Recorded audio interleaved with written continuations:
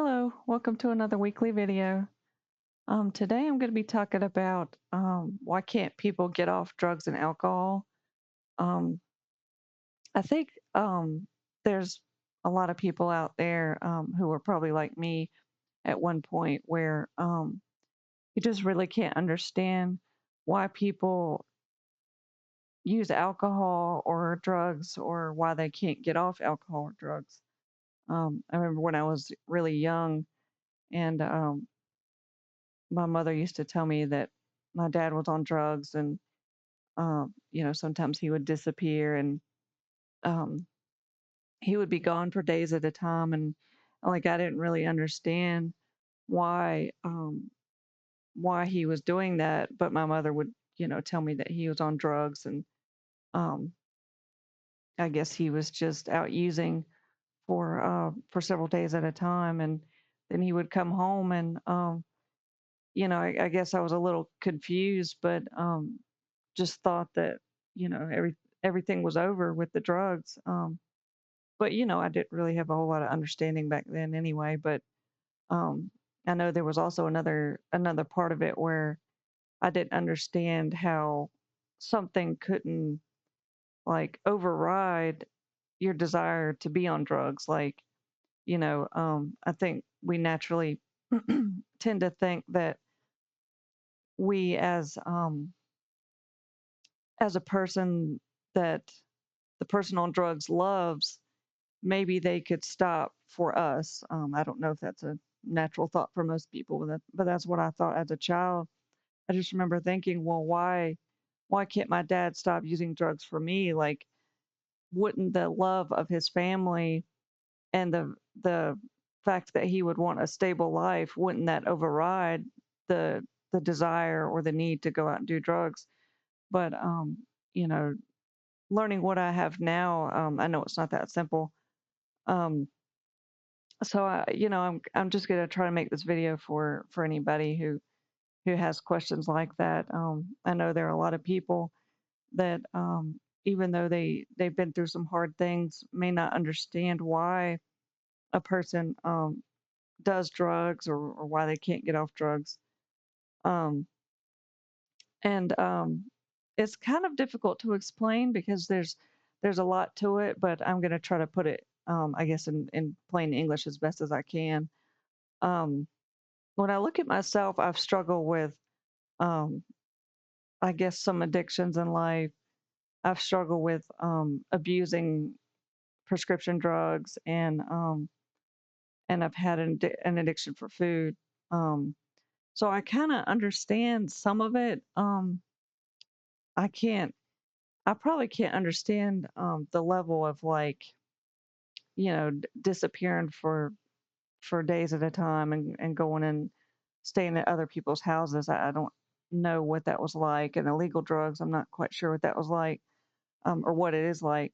But I'll try to speak from my own experience, which, when I look at my dad, I kind of feel like he had a lot of the same problems that I do.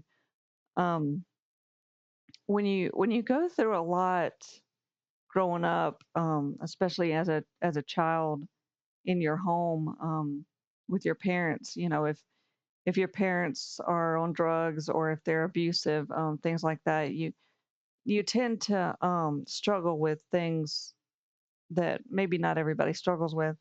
I know a lot of people do struggle with depression, but it can be different levels depending on what you've been through growing up.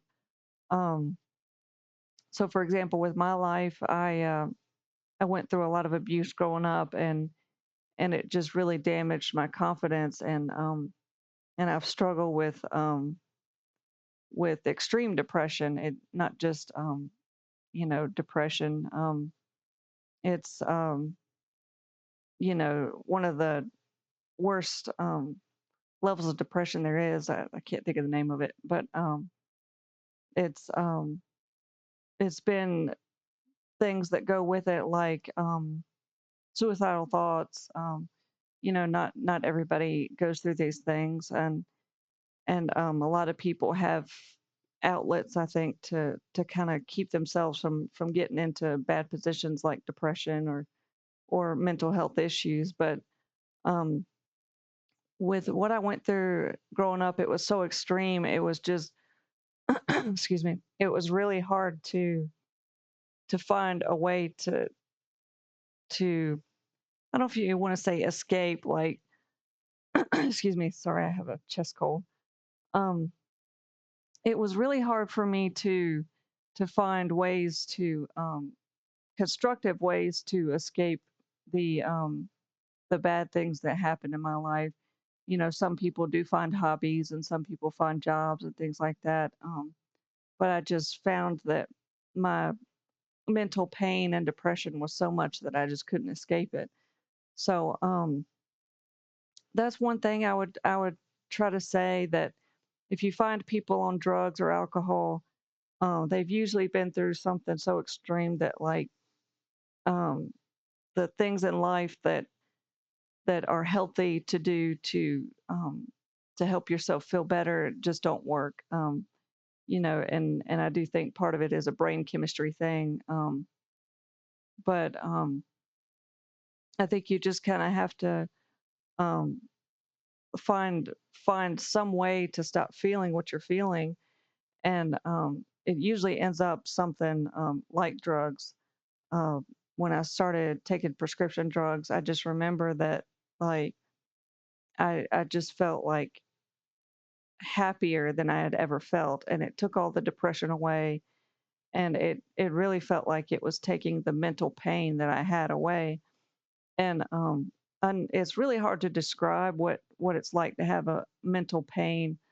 Um, I would say that, you know, it's things that you experience growing up that, like, you just can't, or you feel like you can't deal with, you can't cope, you can't you don't know how to feel better about it.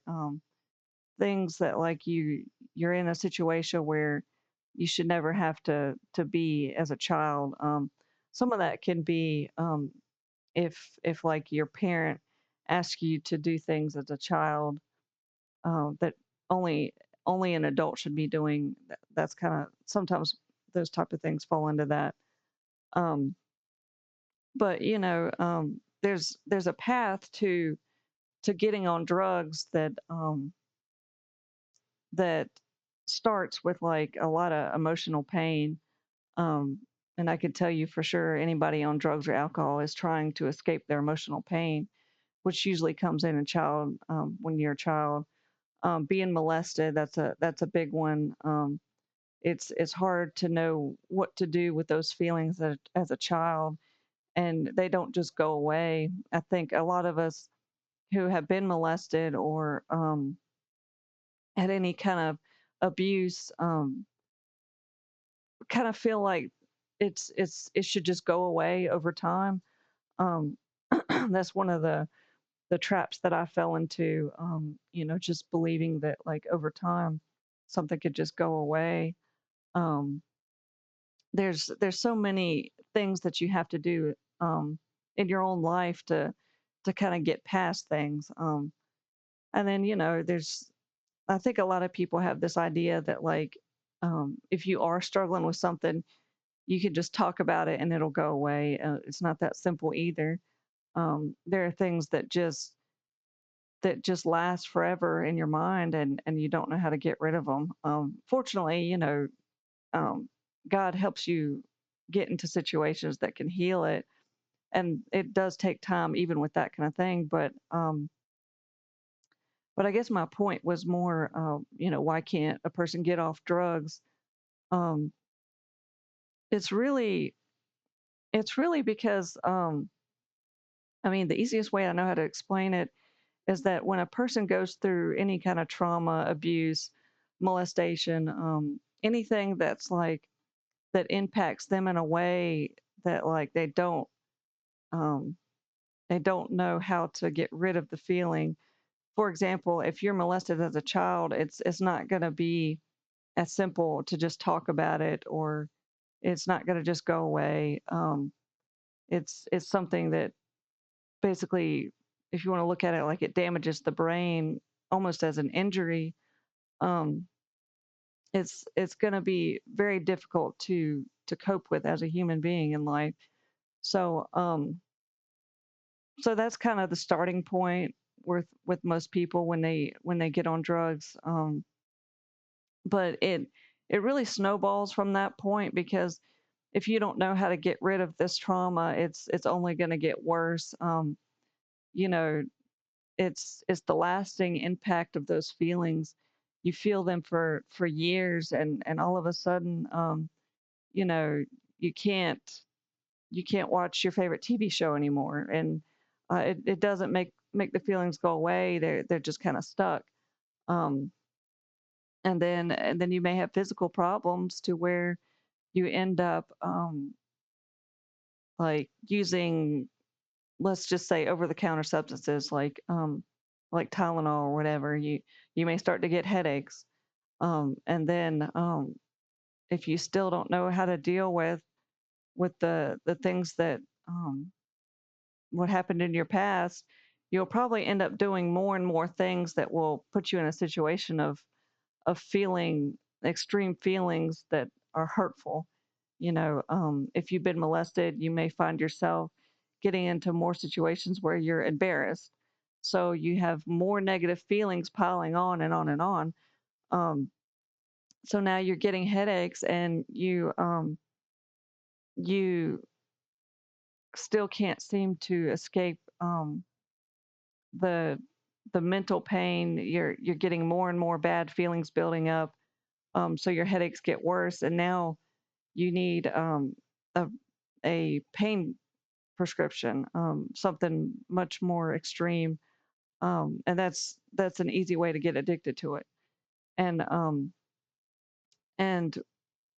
going back to the point of like, why can't a person just get off something? It's basically kind of what I described a second ago. You see how there's so many steps leading up to even getting on the drug. It's just as many steps to get back off of it. You just can't stop prescription pills if you're addicted to them. You just can't stop alcohol if you're addicted to it. Um, your brain is in a position of needing something to get out of the pain that you're in. So you end up struggling to get off the the alcohol or the drugs that you're on because because of how much is built up to even get you on the drug. But it is possible, and I know it's confusing because there are some people that can just stop a drug and that's it. But actually, that can be deceiving because a person that stops something, the the problem doesn't just go away for them. If you stop taking um, if you stop taking Tylenol for a headache, the headache just doesn't go away. So the person ends up doing just something different for the headache. And that's kind of what I would say about an addiction. If you see a person just stop something cold turkey, it hasn't gone away. The addiction hasn't gone away.